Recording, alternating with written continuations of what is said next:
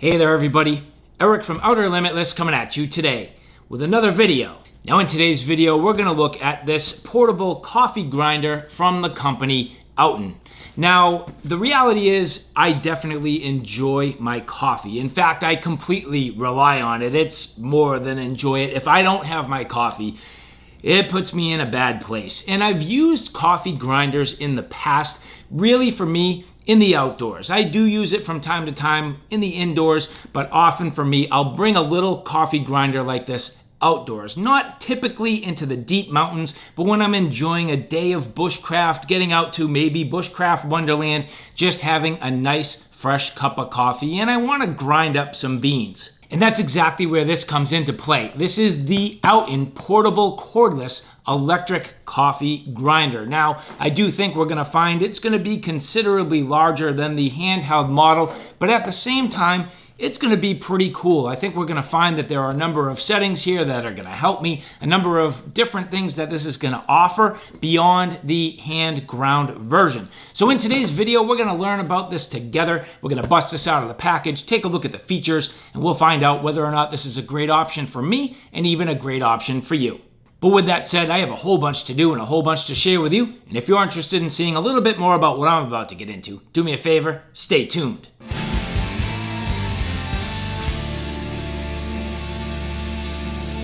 Now before we get too far, I would like to say thank you very much to the people at Outin who did provide this for review. Now again, as I mentioned, I do use handheld grinders quite a bit.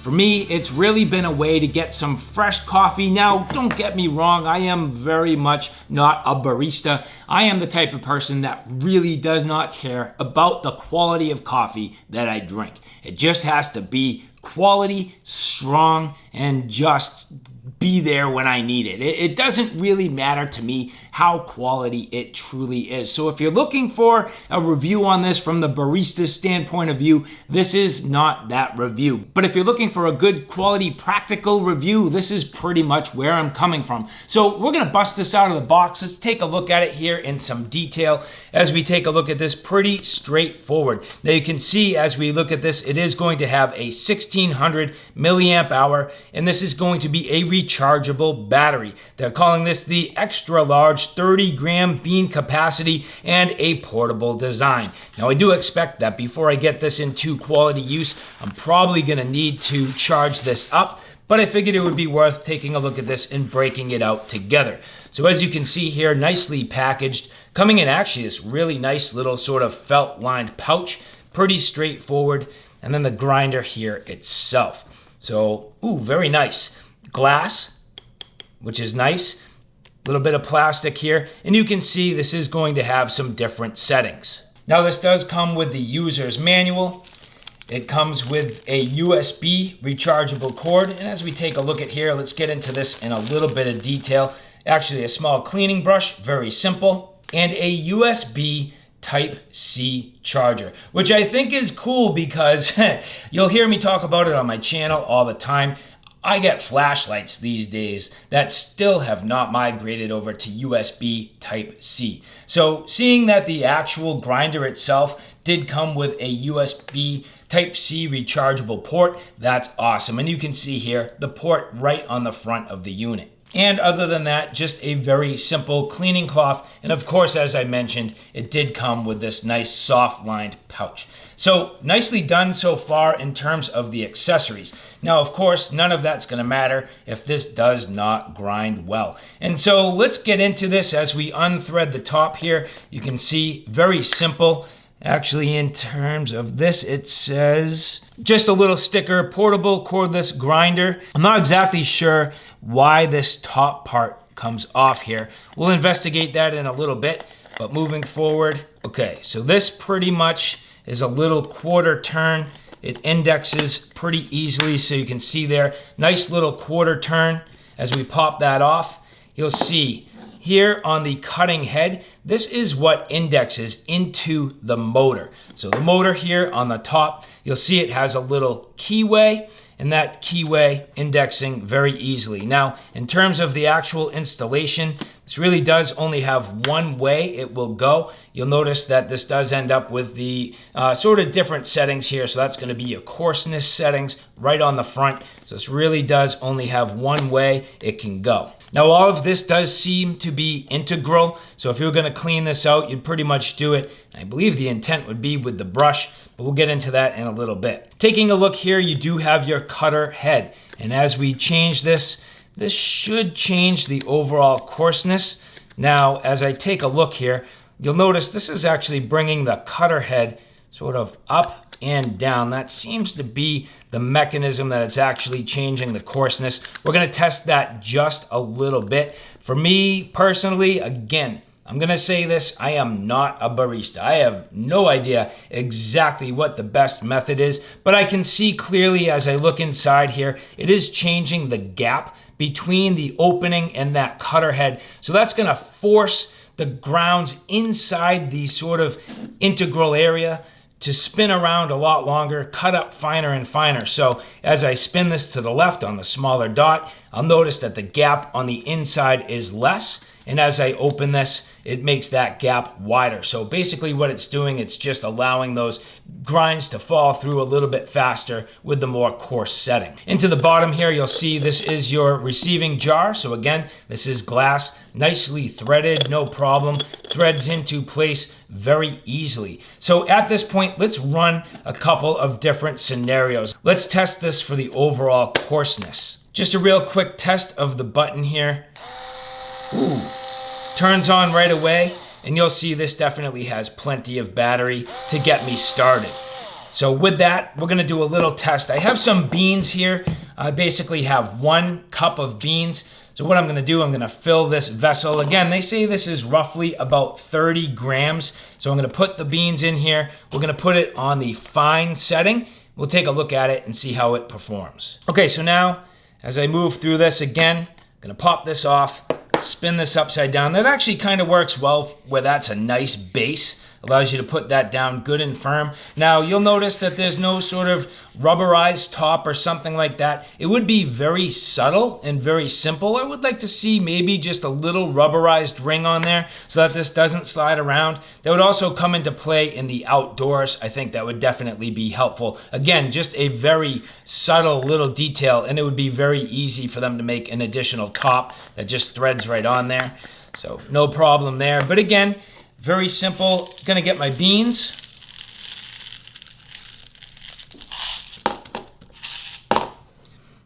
Now this does appear to be roughly about a half a cup of beans. As I mentioned, I had a full cup here. So I'm gonna grind the first half. Getting this down and inside at this point, you kind of need to fish around a little bit, but you'll, hold on. Okay, so lesson learned the hard way. This does come off completely. And that is going to make a difference where now I can remove the motor, slide that off to the side, and at this point, I'm going to slide the beans actually down and into the cutter head itself. So this is definitely more the way it should go. I would say this probably is removable just from the standpoint of ease of cleaning. Just dropped a couple here, not a big deal. And at this point, much better situation. So a little bit of a learning curve for me, made a little bit of a mistake, but at the same time, not a big deal. And that's gonna be much easier now to actually get this cutter head and indexed down and into place.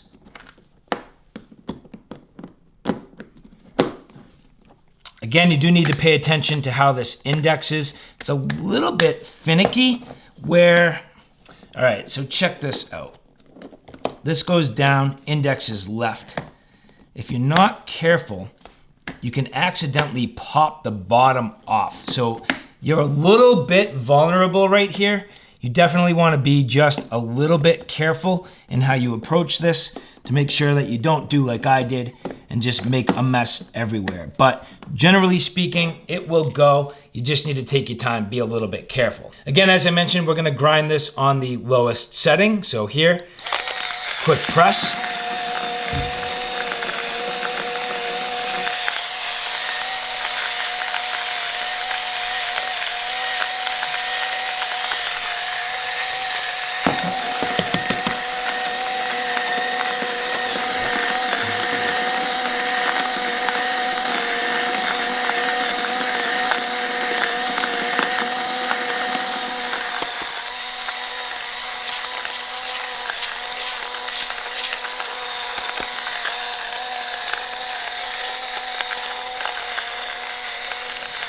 So you can see at this point, getting close, all the beans are now down inside the grinding head. Doing a pretty good job. This takes a little while. It's been a couple minutes, but you can see nice and fine, dropping everything down and inside. And I'm gonna probably have to gauge it a little bit. I'm expecting the sound will change when this gets down through the rest of the beans. But at this point, you can see doing a pretty nice job. Now this is quite fine. Depending on what you're doing or what type of filter you're using or whatnot, that might make a difference. So we're gonna clearly be able to see the difference between this on the fine setting and then ultimately the coarse.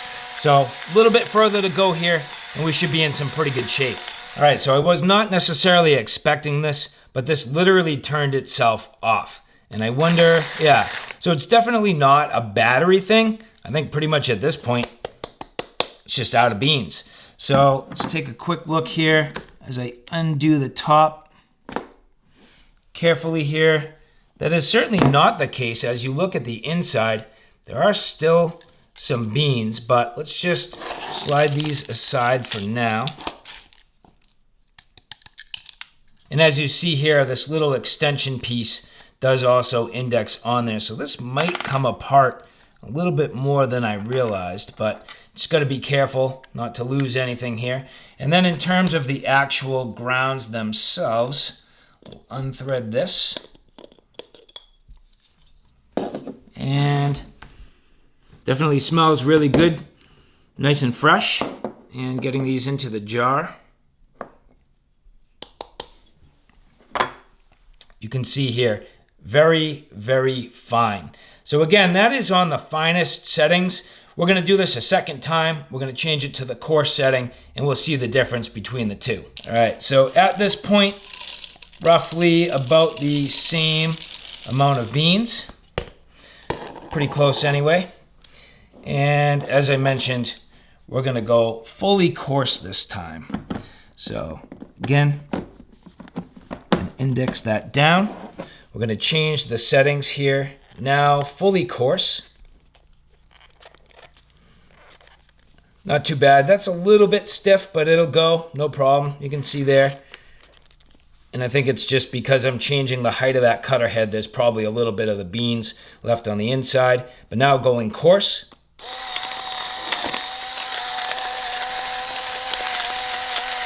And you can see already, just in a mere matter of seconds, quite a difference. So it's a pretty vast contrast in terms of the overall coarseness of those grounds.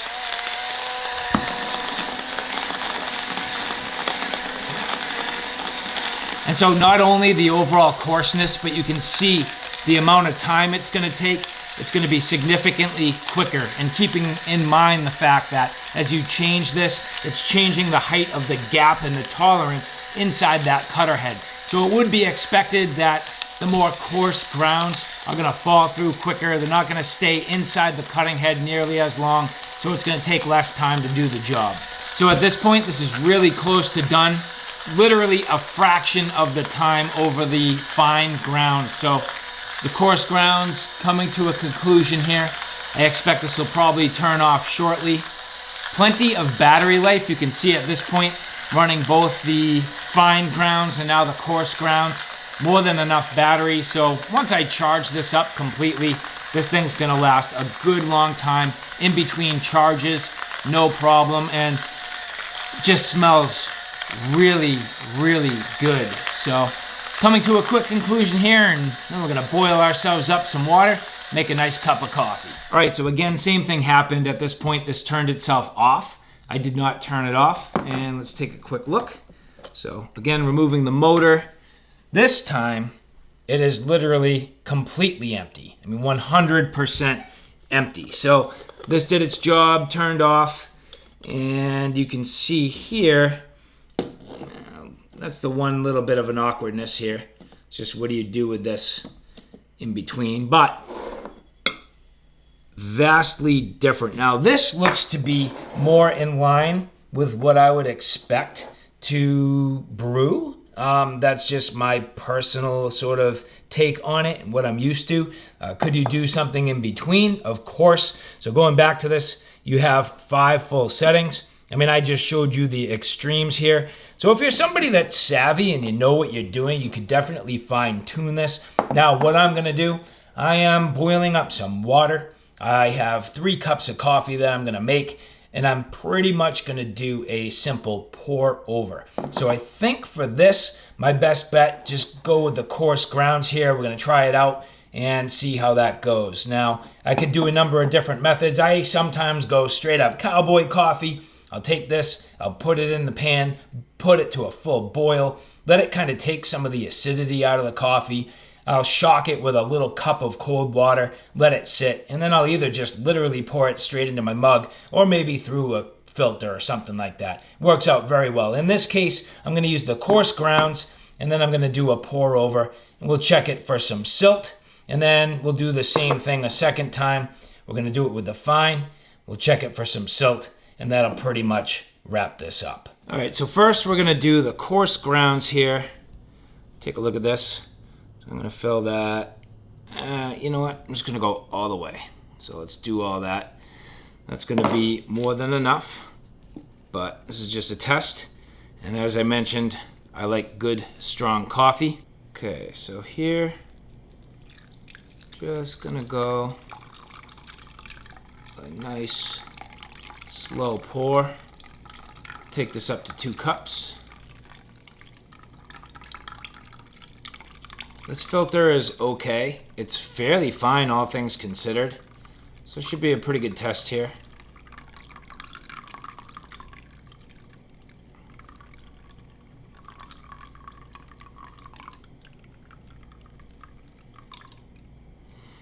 Just let it go nice and slow. Pretty much all the water. That should take us looking like it'll be just shy of 2 cups, so it'll be close. All right, so at this point, let's just pour a little bit of this out. We're basically just checking this for taste and for silt. In terms of the siltiness here, it's actually not too bad. And as you can see, really not bad at all. I mean, from a silt content, maybe a tiny little bit, but that's not bad. And from a taste perspective, ooh.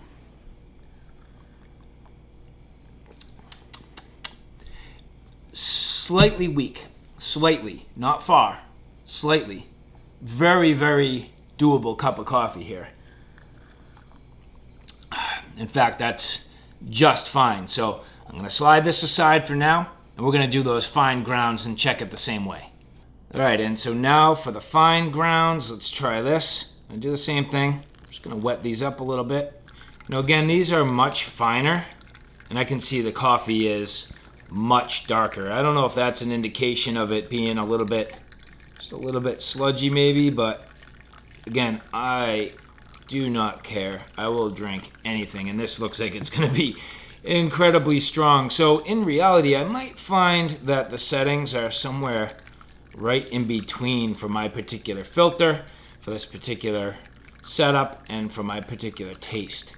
And that's just something I'll learn over time. All right, and so at this point, let's see how we do. This definitely seems darker.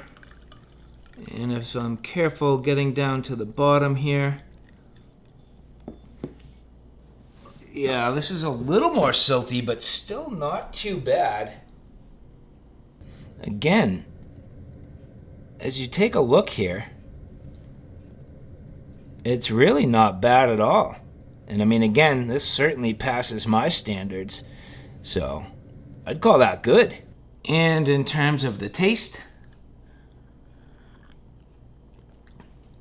much stronger, much stronger. Like, very strong, but good. Perfect. For me, personally, good, strong, hot cup of coffee, no problem, solid taste, not a lot in the way of silt, so that fine setting really might be about it. I could go up maybe 1, maybe 2 notches given my setup and my particular filter. but taste-wise, that's about right. And so, all right, guys, there you have it. A quick look at this Outin Portable Electric Coffee Bean Grinder. Really, really cool. I mean, generally speaking, conceptually, very simple, pretty straightforward. In terms of the execution, I'd say pretty good. There were a couple things that, for the most part, were user error. You saw me spill the beans. I did spill the beans. It happens. You know, the reality was just not being familiar enough and realizing that this comes off both from the top and the bottom. Makes perfect sense. You just need to pay attention to that. Now, in terms of cleanup, I think this is gonna be pretty straightforward. I'm gonna take this apart. I'm gonna get my little brush. I'm actually gonna brush it out to the best of my ability. I could rinse out the cup, but at the same time, I'm gonna use this again and again.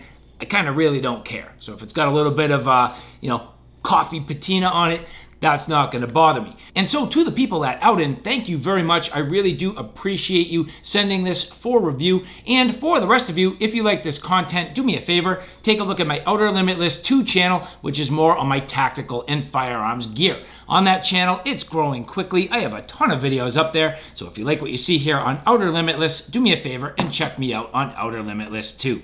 So all right, guys, thanks for stopping by. I hope you like what you saw. I hope you found it a little bit informative. If you like what you saw, please like, share, and subscribe. And as always, thanks for stopping by. Take care now. I'll see you soon.